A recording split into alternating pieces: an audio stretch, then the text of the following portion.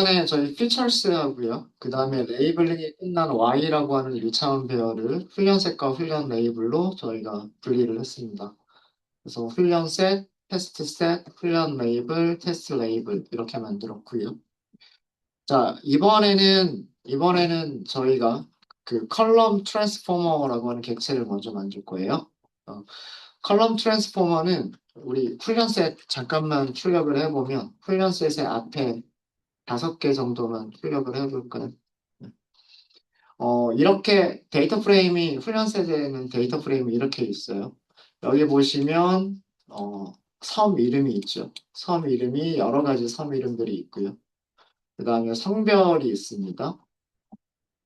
그리고 나머지 4개의 변수들은 숫자 타입들을 저장하고 있습니다. 이런 것들을 컬럼별로 아일랜드와 섹스라고 하는 2개의 컬럼은 원활 인코더를 사용을 할 거고요. 그 다음에 그 이외의 나머지 컬럼들은 스탠다드 스케일러를 사용할 거예요. 이렇게 컬럼별로 사용해야 될 변환기가 다른 경우, 그런 경우에 만들어 주시는 게 뭐냐면 컬럼 트랜스포머라고 하는 객체를 생성해 주셔야 돼요. 변수 이름은 컬 트랜스포머라고 하도록 하겠습니다. 컬럼 트랜스포머 이렇게 만들어 주시면 되고요. 파라미터 트랜스포머즈에는 리스트를 넘겨주시면 돼요. 근데 리스트에는 튜플, 튜플들을 가지고 있으면 돼요. 뭐 컬럼별로 만약에 3개가 필요하다 그러면은 튜플 이렇게 만들어 주시면 돼요. 자, 첫 번째는 그 인코더를 넣을 거예요. 그래서 인코더라고 부를 거고요. 어, 오디널 인코딩을 사용할 게 아니라 원핫 인코딩을 사용하도록 하겠습니다. 그래서 원핫 인코더 이렇게 만들어서 넣어주시면 되고요. 이 원핫 인코더는 어디에 무슨 컬럼에만 적용하셔야 되냐면 아일랜드와 섹스라고 하는 컬럼에 적용을 하셔야 돼요. 이거 컬럼 이름 만들어 둔 거 있었죠? 그죠? 캣 컬즈라고 컬럼 이름 만들어 둔 거 있었어요. 그 다음에 두 번째는 스탠다드 스케일러를 만들 건데 스케일러 변수 이름은 객체 이름은 스탠다드 스케일러 이렇게 생성하시면 되고요. 얘는 어디다가 할 거냐면 뉴메릭 컬럼즈에다가 적용을 할 겁니다. 그래서 원활 인코더는 카테고리 컬럼에 아일랜드와 성별 그 다음에 스탠다드 스케일러는 뉴메릭 컬럼들의 랭스와 매스와 같은 것들 여기에 적용할 거다라는 뜻입니다. 자, 이렇게 만들어져 있고요. 이제 이러면 트랜스포머가 된 거죠. 트랜스포머가 된 거고요. 그 다음에 그 분류 모델, 아, 로지스틱 리그레션을 사용해서 로지스틱 리그레션이라고 하는 알고리즘을 사용해서 분류를 하겠다라고 했죠. 분류 모델을 생성하시면 돼요. 얘를 에스티메이터라고 부르죠. 에스티메이터. 로지스틱이라고 할까요? 로지스틱이라고만 하도록 하겠습니다. 로지스틱 리그레션이라고 하시면 되고요. 일단은 기본 값들을 그대로 사용을 할게요. L2 규제 사용이 되고 있고요. 그 다음에 규제의 역수는 1.0이라고 되어져 있고요. 다른 것들은 다 기본 값들 그대로 사용하고 여기 랜덤 스테이트와 n 잡스만 주도록 할게요. 랜덤 스테이트 42, n 잡스 마이너스 1 이렇게만 주도록 하겠습니다. 이제 우리가 파이프라인으로 연결할 거는 파이프라인은 트랜스포머와 그 다음에 에스티메이터를 연결해 주는 게 파이프라인이에요. 파이프라인을 생성하시면 돼요. 파이프라인은 트랜스포머 더하기 에스티메이터 이렇게 만드시는 거예요. 파이프라인을 파이프라인 객체를 생성하시는 거예요. 변수 이름은 파이프라고 할까요? 클래스 이름은 파이프라인. 파라미터 이름은 스텝스. 여기 똑같이 리스트 주죠. 리스트를 주는데 여기서도 마찬가지로 튜플, 튜플 이런 식으로 주시면 돼요. 그죠?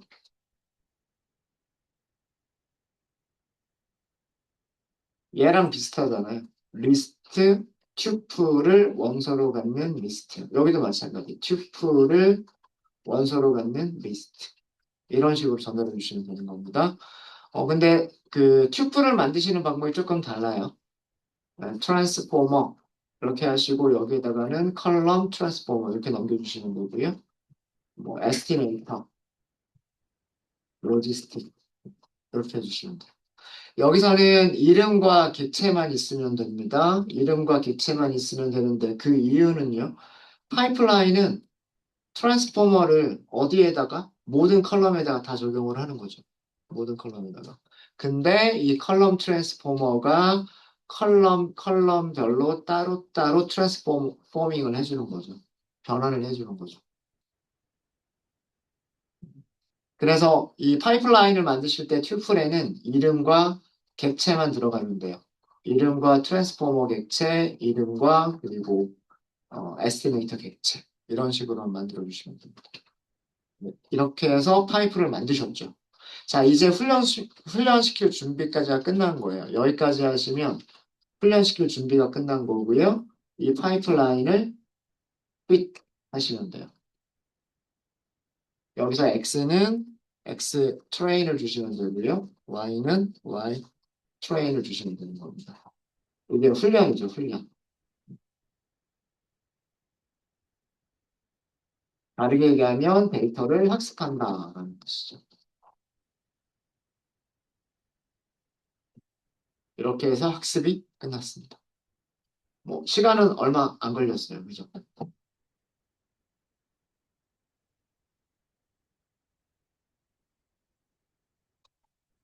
자, 어떤 일이 일어났는지를 이 훈련 과정에서 어떤 일들을 하는 건지를 아셔야 돼요. 여기 데이터 프레임 있죠. 데이터 프레임이 파이프라인으로 들어가죠. 데이터 프레임이 파이프라인으로 들어가면은요, 첫 번째는 트랜스포머로 들어가게끔 되어 있어요. 데이터 프레임 전체가 트랜스포머로 들어가게끔 되어 있습니다. 트랜스포머는요, 컬럼별로 각각 다른 변환기를 사용하도록 되어져 있어요. 그래서 컬럼들 중에서 카테고리 타입은 원활 인코더가 사용이 되고요. 그리고 그다음 숫자 타입은 스탠다드 스케일러가 사용이 돼요. 그렇게 하면 이 두 가지가 되면 변환이 되겠죠. 우리 변환된 게 어떤 모습인지 살펴봤어요. 그죠? 이런 모습으로 변환되어져 있지 않을까요? 이런 모습으로. 그죠? 아일랜드는 컬럼 3개짜리로, 성별은 컬럼 2개짜리로 원활 인코딩이 돼서 만들어져 있을 거고요. 그 다음 나머지 숫자 타입 4개는 이런 식으로 변환이 되어져 있겠죠.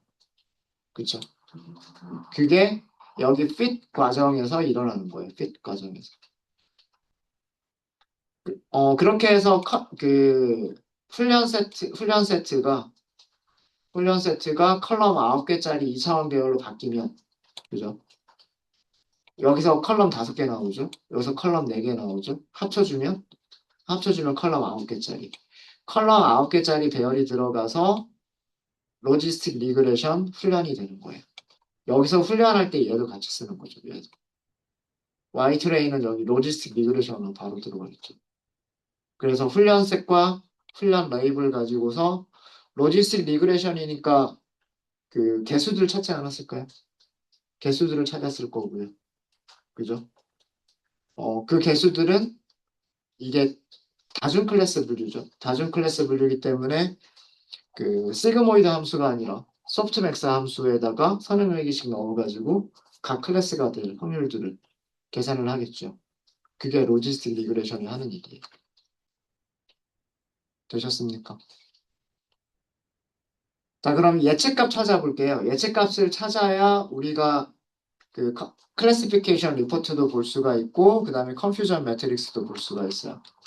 그래서 트레인 셋에서의 예측값이라는 의미로 트레인 프리드라고 하고요. 파이프한테 예측해 주세요 라고만 해버리시면 돼요. 여기다가 뭘 주시면 되냐면 X 트레인. 이렇게 주시면 됩니다. 실제 값은 y 트레인이 가지고 있는 거죠. y 트레인이 가지고 있으니까 자, 클래시피케이션 리포트를 바로 출력하도록 하겠습니다. y 추론은 y 트레인이 가지고 있고요. 그 다음에 프리딕트는 트레인 프리딕트가 가지고 있죠. 이거 출력해 보시면 y 추로가 아니라 y 트레인이죠. 트레인. 0, 1, 2라고 하는 세 개의 레이블이 있었죠. 0, 1, 2라고 하는 세 개의 레이블이 있었어요. 아마 순서대로 아델리, 그 다음에 친스트랩, 젠투 아마 그런 순서일 거예요. 그런 순서인데 보시면 여기서 99%, 여기서 98%. 요건 반올림에서 100%란 뜻이에요. 그죠? 그러니까 아마도 레이블 0번하고요. 레이블 1번에서 헷갈리는 녀석들이 조금 있는 것 같고, 레이블 2번은 전부 다 잘 맞춘 것처럼 보여요. 만약에 0, 1, 2라고 하는 것 대신에 실제로 레이블 이름을 써주시고 싶으시면 여기 클래시피케이션 리포트의 파라미터 중에서 타겟 네임즈라고 하는 파라미터가 있어요. 이거를 주시면 돼요. 타겟 네임스 어떻게 찾으면 될까요?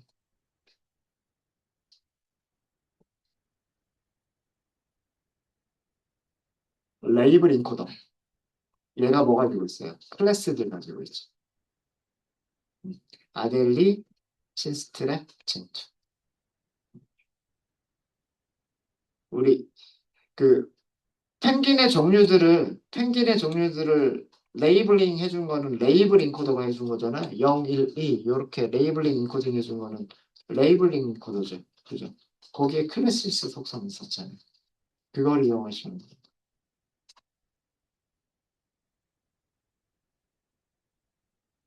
네, 되셨습니까? 컴퓨전 매트릭. 자, 그러면 몇 개 정도씩 틀렸나 볼게요. 아마도 한두 개 정도가 틀린 것 같아요. 아델리에 하나 정도가 틀렸을 것 같고, 그 다음에 친스트랩 한 두 개 정도가 틀렸을 것 같은데, 대략 보면. 음. 자, 그러면 그 트레인셋에서의 컨퓨전 매트릭스를 찾아보도록 하겠습니다. 컨퓨전 매트릭스. 실제 값은 y 트레인이 가지고 있고요. 그 다음에 예측 값은 트레인 프리딕트 가지고 있죠. 요거 프린트 해주시면 돼요.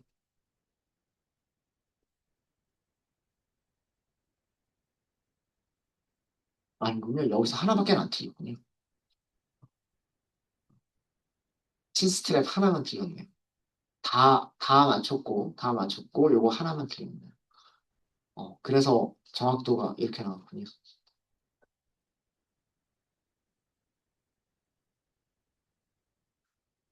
정밀도의 의미가 뭐냐면, 정밀도의 의미가 뭐였죠? 정밀도? 양성인, 양성 예측들 중에서, 양성 예측들 중에서 정답의 비율 아닌가요?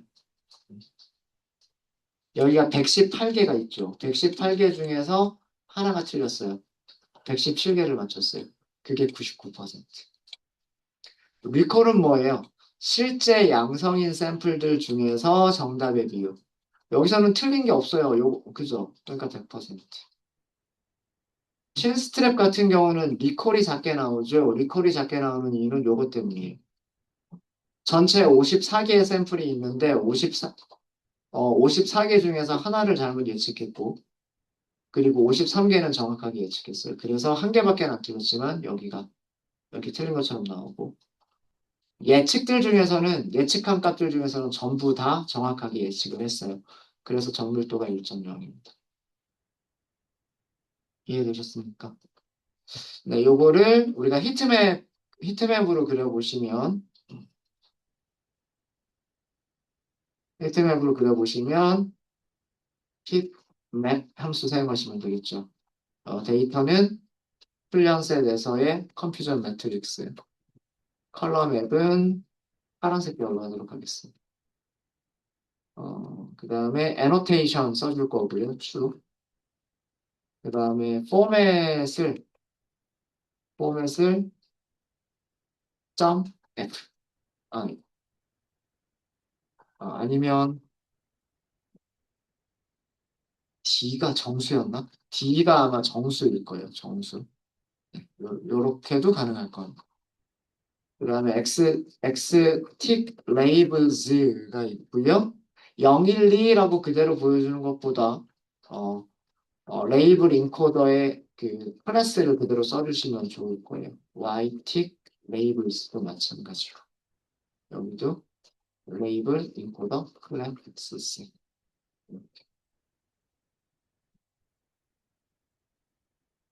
이렇게 하시면 네, 이렇게 하나가 틀린 게 나오죠.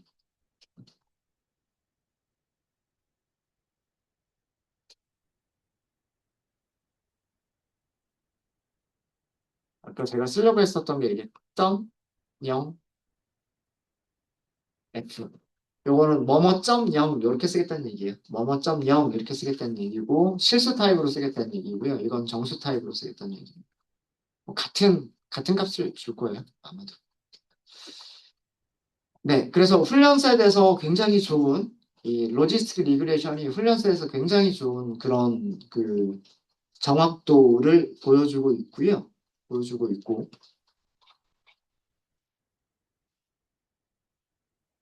자, 이번에는 테스트 셋에서도 예측값들을 찾아보도록 하겠습니다. 테스트 셋하고도 비교를 해봐야 되겠죠. 테스트 예측값을 찾아볼게요. 테스트 예측값은 훈련이 끝난 모델에서 프리딕트 예측해라 이렇게 하시면 되고요. 여기에 x 테스트를 주시면 돼요. 그럼 예측값들이 쭉 바로 나올 거고요. 이 예측값들을 실제 값하고 비교하시면 돼요. 그죠?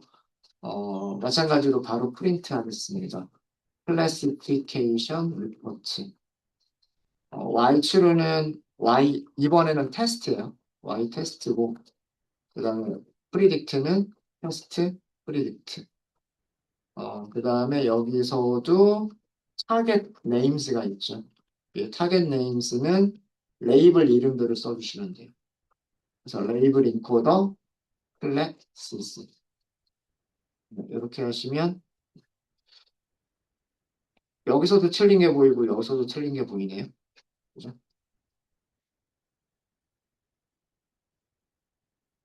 컴퓨전 매트릭스 볼까요?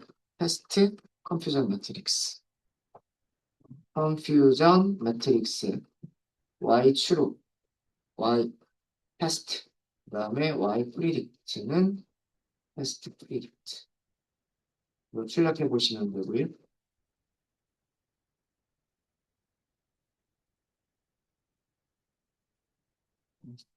여기서도 한 마리 나왔거든요. 하나만 틀렸습니다. 하나만. 실제로 아델리인 거를 친스트랩으로 잘못 예측한 게 있고요. 친스트랩 같은 경우에는 전부 다 정확하게 예측을 했어요. 그래서 여기서는 정밀도가 떨어지는 거죠. 네, 요렇게 계산한 거니까 정밀도가 100%가 아닐 거고요. 그 다음에 요렇게 해서 여기서 오답이 나오기 때문에 여기서는 재현율에서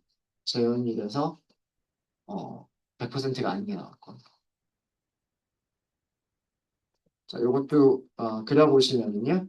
히트 맵으로 그리실 수가 있으실 거고요. 데이터는 테스트, 컨퓨전 매트릭스, 그 다음에 컬러 맵은 파란색 계열로, 그 다음에 애노테이션 써주고요. FMT는 정수 타입으로, 그 다음에 XTIC 레이블스, 클래스, 그 다음에 YTIC 레이블스, 여기도 레이블 인코더의 클래스스 이렇게 하시면 됩니다.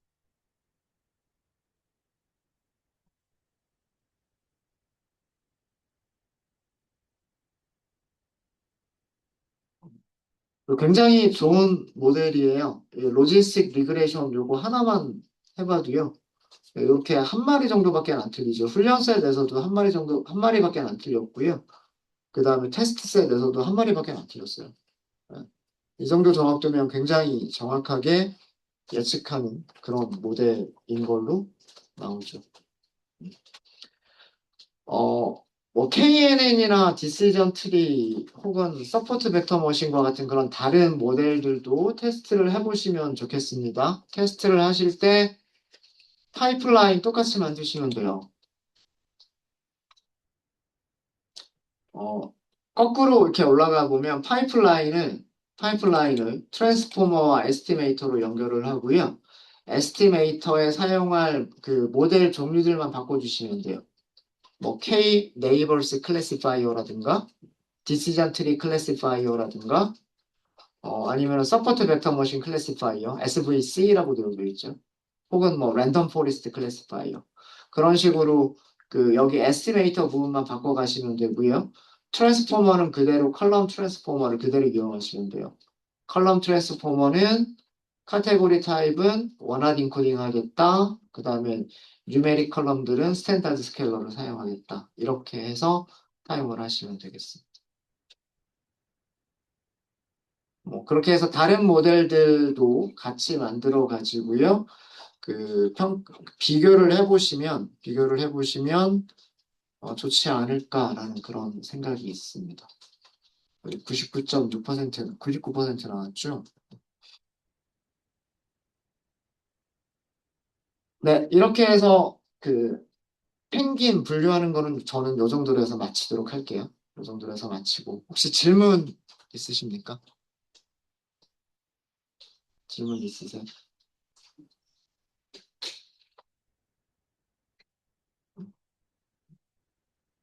데이터 전처리에 대한 그런 내용들을 살펴본 거예요, 오늘. 모델들 여러 개를 비교하는 거가 아니고요. 데이터 전처리를 하는 내용들을 살펴본 건데, 이렇게 우리가 데이터 프레임을 우리가 가져오게 되면, 데이터 프레임을 만들게 되면, 이렇게 문자열이 들어가 있는 컬럼들이 있을 수가 있습니다. 카테고리 타입으로 만들어져 있는 것들이 얼마든지 많이 있을 수가 있죠. 음. 디시전 트리 같은 경우에는 이 문자열 컬럼들을 그대로 이용하셔도 상관없으세요. 이런 것들을 그대로 이용하셔도 상관은 없는데, 가능하면 다른 모델들 같은 경우에는 문자열 컬럼들은 전부 다 숫자 타입으로 바꿔놓고 사용하시는 게 좋습니다. 숫자 타입으로 바꾸는 것을 인코딩 한다라고 얘기를 하고요.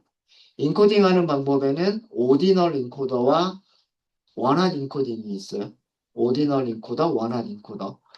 오디널 인코더는 문자열들을 그냥 순서대로 0, 1, 2. 오디널에서 오드가 순서란 뜻이잖아요, 순서. 그래서 문자열 순서대로 0, 1, 2라고 하는 값으로 바꿔주겠다라고 하는 게 오디널 인코더고요. 원활 인코더는 만족하는 값은 1로, 만족하지 않는 값은 0으로. 즉, 무슨 얘기냐면, 섬 이름이 세 가지가 있는데, 그러면 이 섬이라고 하는 거를 컬럼 3개로 만들어 버리는 거예요. 컬럼 3개로 만들어서 B에 해당하는 컬럼은 1, 나머지 2개는 0. 그 다음에 D에 해당하는 컬럼을 1, 나머지는 0. 이렇게 인코딩하는 것을 원한 인코딩이라고 얘기를 해요. 성별도 마찬가지. 근데 일반적으로 원한 인코딩을 사용하는 경우들이 더 많습니다. 근데 단점도 있어요. 원한 인코딩을 사용하게 되면 컬럼이 너무 많아진다라고 하는 단점도 있어요. 네, 컬럼이 너무 많아진다는 단점도 있고, 어, 오디널 인코더를 사용하면 컬럼 개수는 변하지는 않습니다. 컬럼 개수가 변하지는 않지만 KNN과 같은 것들을 이용하실 때 약간 부정확한 결과들을 줄 수도 있다라고 알려져 있어요. 그래서 컬럼 트랜스포머 사용하시는 방법, 컬럼 트랜스포머 안에 카테고리 컬럼과 뉴메릭 컬럼을 따로따로 트랜스포머를 사용하시는 방법, 그 다음에 파이프라인에다가 컬럼 트랜스포머와 그다음 머신러닝 모델을 연결해서 한 번에 훈련시키는 방법. 그래서 이런 방법들 알아두시면 우리가 일일이 손으로 다 전처리를 하실 필요가 없이 사이클런에서 그냥 바로 훈련이 가능합니다. 네, 이렇게 해서 요 정도 하고요. 혹시 질문 있으십니까? 질문 없으세요? 질문 없으시면 새로운 주제로 넘어가도록 하겠습니다. 파일을 새로 하나 만들게요. 이번에도 분류를 해볼 겁니다. 분류를 해볼 거고요. 13번이라고 파일을 만들도록 할게요.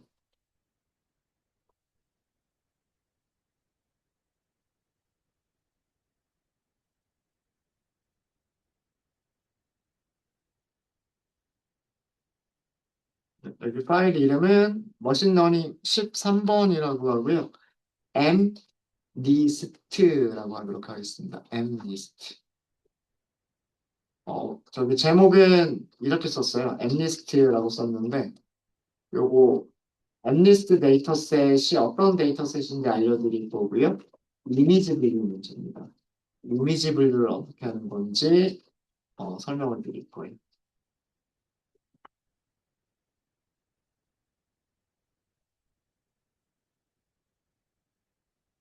연결부터 할까요? 연결부터 하고.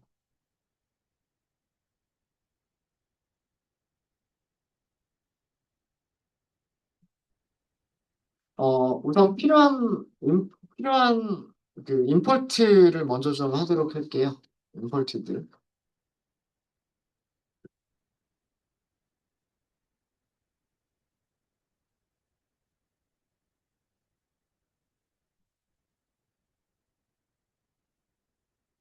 넘파이 있어야 되고요. 그다음에 판다스도 사용을 할 거고요.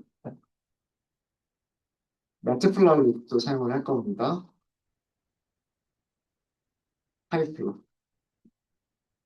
그리고 C번도 사용을 할 겁니다.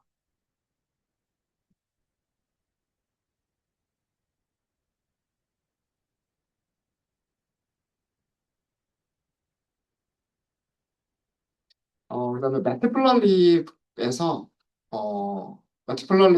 이렇게 임포트를 좀 할게요. 매트플러립에서 임포트를 하실 수가 있는데 이미지라고 하는 모듈을 임포트할 수 있어요. 이 이미지라고 하는 모듈을 임포트 하시면 이미지 모듈 안에 imshow라고 하는 것도 있고요.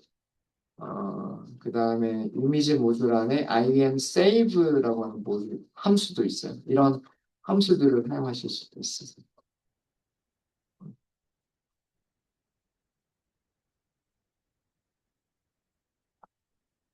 그 다음에 데이터셋은 scikit-learn에서 데이터셋을 가지고 올 겁니다. 그래서 scikit-learn import 데이터셋라고 하는 모듈 가지고 올 거고요.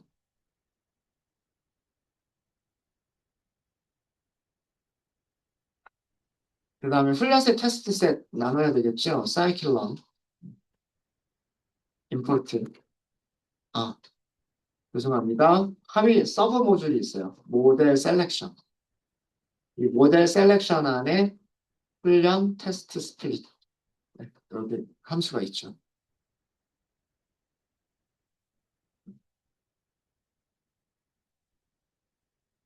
그 다음에 선형 모델 사용을 할 거고요. 그래서 리니어 모델. 우리가 선형 모델로 분류하는 것 중에 뭐가 있죠? 로지스틱 리그레션. 방금 사용한 게 로지스틱 리그레션이잖아요. 또 하나, 그레디언트 디스턴트, 클래시파이어. 이런 것들 있죠. 이 두 가지 비교해 볼 거고요. 두 가지 비교해 보고, 그 다음에 뭐 사용했었던 것들 다 비교 한번 해볼까요? 네이버, 네이버스의 Hey 네이버 클래시파이어가 있죠.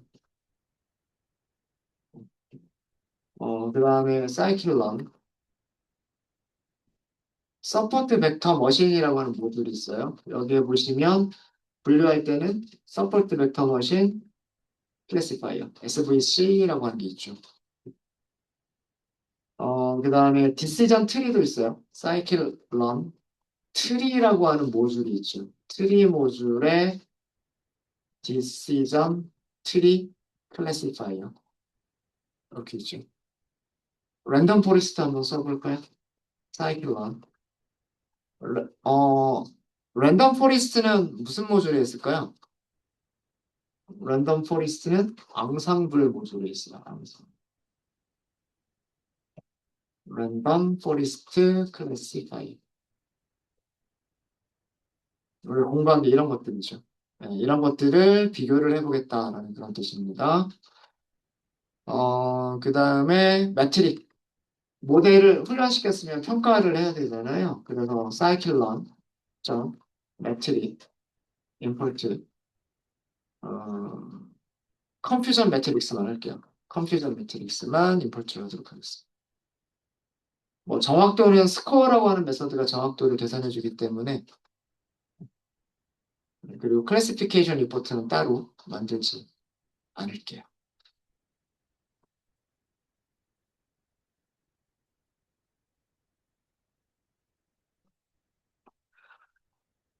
저희가 실제로 하려고 하는 거는 어떤 이미지들을 저장하고 있는 배열이 있어요. 이미지들을 저장하고 있는 배열이 있는데 그 이미지들을 머신러닝한테 분류를 하라고 시킬 겁니다.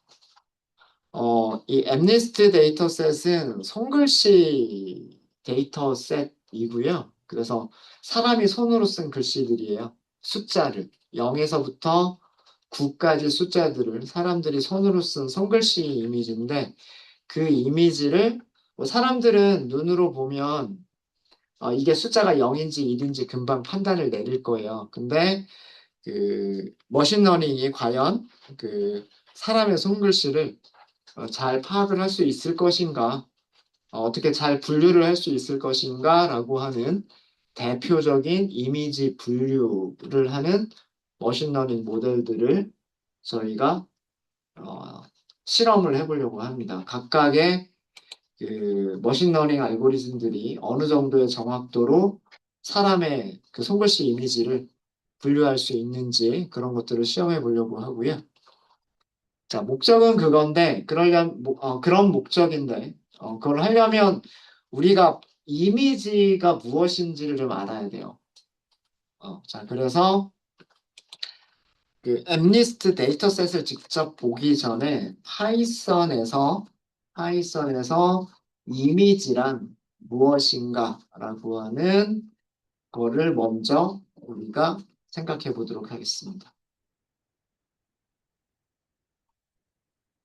scikit-learn에는요, JPG 이미지를 다운로드 받을 수 있는 그런 함수가 있어요. 변수 이름은 china라고 할게요. JPG 파일의 이름이 china라고 되어져 있기 때문에 그렇습니다. 데이터 세치에서 load sample image라고 하는 함수가 있어요. load sample image라고 하는 함수가 있고요. 여기에 파일 이름을 주시면 돼요. china.jpg. 이렇게 하시면 얘를 가져올 수가 있어요. 자, 그런데 얘 타입을 잠깐 좀 볼게요. 프린트, 타입, China. 타입이 무슨 타입이라고 되어져 있습니까?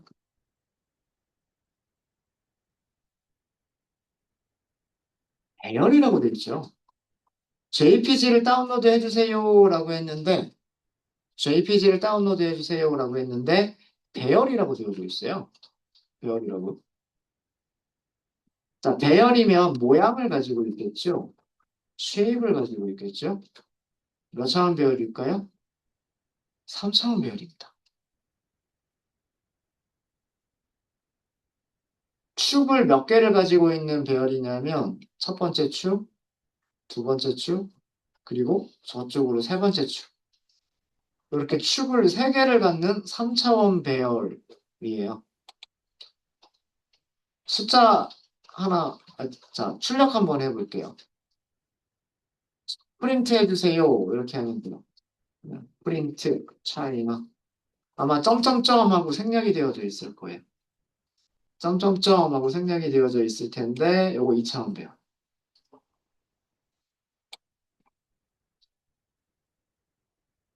2차원 배열이니까 1차원 배열들을 가지고 있죠. 1차원 배열들을 가지고 있는 2차원 배열. 그런 2차원 배열들이 또 여러 개. 2차원 배열들이 여러 개. 그래서 2차원 배열들을 원소로 갖는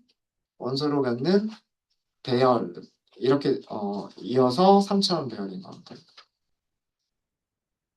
자, 숫자로 보는 거는 크게 의미가 없고요. 얘를 이미지로 보도록 하겠습니다. 하이플러스에는 I am show라고 하는 함수가 있어요. 여기다가 배열처럼 생긴 거를 주면 된대요. 그죠? 자, 우리 차이나가 3차원 배열이었잖아요. 자, 이렇게 해가지고 PLT.show까지 이렇게 해주시면 돼요. 이렇게 생긴 이미지예요. 이렇게 생긴 이미지. 자, 요거 중간에 출력한 거는 빼버릴게요. 요건 숫자 자체는 그렇게 중요한 게 아니어서 모양하고 얘를 보도록 하겠습니다. 427개를 가지고 있고요. 640개를 가지고 있고 3개를 가지고 있어요. 자, 이게 무슨 얘기냐? 무슨 얘기냐? 여기 이쪽 방향 보세요. 숫자가 얼마까지 되어 있어요? 0에서부터 시작해서 여기가 427 아닐까요? 그 다음에 X축 보세요. 가로축 보세요. 가로축. 가로축 보시면 여기 110 가고 있죠? 여기가 거의 640 아닐까요? 640. 끝에 3개는 RGB 3장의 컬러를 의미합니다. 컬러. 그러니까 실제로 배열은 이렇게 생긴 거예요. 우리 2차원 배열 생각해 보면 2차원 배열 어떻게 생겼어요? 이렇게 생겼죠. 제가 너무 마음이 아니지가 않던 직선이. 네. 2차원 배열은 행과 열을 가지고 있잖아요. 우리 이쪽을 행이라고 부르고 이쪽을 열이라고 부르죠. 그죠? 네. 이런 2차원 배열이 이런 2차원 배열이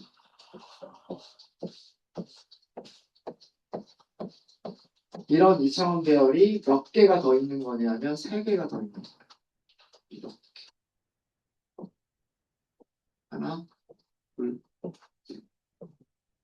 이렇게 하면 이제 생긴 모습 이해되세요? 축이 이쪽 방향이 첫 번째 축이에요. 행 방향. 이게 엑시스 0번. 엑시스 0번. 그 다음에 컬럼 방향. 이 컬럼 방향이 엑시스 1번이에요. 엑시스 1번. 그리고 이쪽 방향. 판때기가 한 장, 두 장, 세 장 안쪽으로 들어갔죠. 그죠? 그게 엑시스 3번이에요. 죄송합니다. 엑시스 2번. 그러니까 엑시스 0번, 1번, 2번 이렇게 세 개의 축을 가지고 있으니까 3차원 배열이라고 얘기를 하는 거예요. 각각의 2차원 배열 안에는 아까 출력해 보시면 출력한 거 지워버리기는 했지만 어, 여기가 427개가 있고요. 여기가 640개가 있고요. 그 다음에 이쪽으로 3개가 있어요. 이게 3차원 배열이 뭐야? 3차원 배열이 뭐야? 그래서 이미지의 세로 크기, 이미지의 가로 크기, 그 다음에 여기를 채널이라고 얘기를 하는데 여기 채널이라고 얘기를 합니다. 여기 레드, 그린, 블루라고 생각하시면 돼요. 레드, 그린, 블루고요. 요 하나하나를 이미지에서는 픽셀이라고 얘기합니다. 네. 그러니까 우리 모니터 해상도 얘기할 때 뭐 1260, 640 뭐 이런 식으로 얘기하죠. 뭐 2000 얼마에 뭐 1000 얼마 뭐 이런 식으로 얘기하죠. 그게 뭐냐면 여기에 점이 하나씩 있는 거예요. 그다음에 그 점에다가 LED 켜주면 색깔이 보이는 거잖아요. 그죠? 그러니까 요만큼의 그 LED를 킬 수 있는 그 점들이 몇 개가 있느냐요. 점들 그거를 이미지에서는 뭐라고 얘기하냐면 픽셀이라고 얘기합니다. 픽셀. 그러니까 427 픽셀, 640 픽셀을 가지고 있는 이미지인 거예요. 이미지인 거고 하나의 픽셀 안에는 숫자가 0에서부터 255까지 들어갑니다. 한 픽셀, 요한 픽셀은. 최소값이 0이고요. 최대값이 255예요. 255라고 하는 숫자가 어떻게 나왔을까요?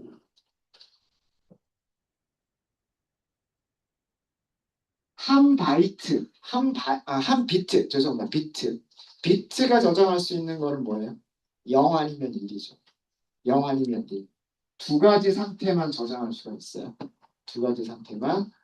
8개의 비트가 모여서 우리는 이거를 뭐라고 합니까? 1바이트라고 얘기를 해요. 가장 컴퓨터에서 데이터를 저장하는 가장 기본 단위가 바이트잖아요. 바이트. 1바이트, 1kB, 1메가바이트, 1기가바이트 이렇게 얘기하죠. 바이트란 말이에요. 바이트. 그 바이트가 몇 개의 비트로 이루어져 있냐면 8개의 비트로 이루어져 있어요. 그럼 2의 8승 얼마죠? 250. 2의 10승이 1024예요. 2의 10승이 1024고요. 그럼 2의 9승은 절반이니까 512, 512의 절반이면 250. 그래서 2의 8승이 256이기 때문에 1바이트가 저장할 수 있는 정수는 숫자 0부터 시작하면 256은 저장 못하겠죠. 255까지를 저장할 수 있어요. 여기에 전부 0만 채워져 있다. 그럼 이게 0인 거고요. 이게 0인 거고 여기에 전부 1이 채워져 있다. 그럼 그게 255라고 하는 숫자예요. 이해되셨죠? 그 255를 이진수로 바꾸면 10진수를 이진수로 바꾸는 거 아세요? 중학교 때 이런 거 안 하셨어요? 그 다음에 32, 뭐 이런 식으로 하면서 그 뒤에 나머지 얼마냐 요거 가지고서 거꾸로 이렇게 하는 거 했었죠. 그죠? 그 10진수를 이진수로 바꾸고 뭐 이진수를 10진수로 바꾸고 뭐 그런 거 했었을 거예요. 여기에 전부 1이 들어가 있는 상태가 255, 전부 0이 들어가 있는 상태가 0, 숫자 0. 그래서 그 얘기는 뭐냐면 이 2차원 배열 하나에는요 빨간색의 크기가 어느 정도로 들어가 있느냐예요. 이게 빨간색이 하나도 없을 때, 빨간색이 최고로 들어가 있을 때예요. 그러면 그 두 번째 판 있죠. 요 두 번째 판. 두 번째 판에도 역시 마찬가지로 픽셀 하나하나마다는 0에서부터 255까지의 값을 가지고 있는데 그 두 번째 판이 의미하는 거는 초록 색깔의 크기가 얼마냐 이거예요. 초록 색깔이 하나도 안 들어가 있는 상태가 0, 초록 색깔이 100% 들어가 있는 상태가 255. 그 다음에 마지막 판이 블루라 그랬죠. 마찬가지로 여기도 마찬가지예요. 픽셀은 427 곱하기 640개의 픽셀을 가지고 있는데 각각의 픽셀들이 의미하는 거는 파란색의 크기인 거예요. 파란색.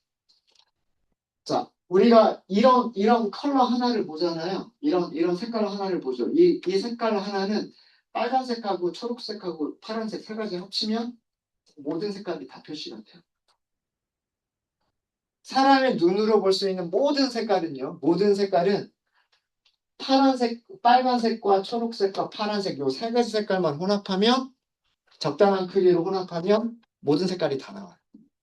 사람이 눈으로 볼 수 있는 색깔은. 사람이 눈으로 볼 수 있는 색깔은.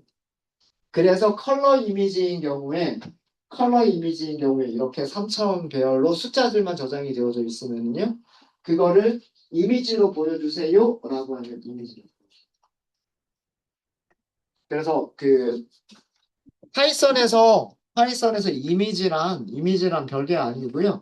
숫자들을 저장하고 있는 배열일 뿐이에요. 0에서 255 사이의 숫자들을 저장할 수도 있고요. 그 다음에 혹은 0과 1 사이에 있는 숫자들을 저장할 수도 있습니다. 네, 우선 여기까지만 먼저 살펴보고요. 요거에 대한 얘기는 조금 다음 시간에 좀 더 보충 설명을 좀 더 해드리도록 할게요. 네.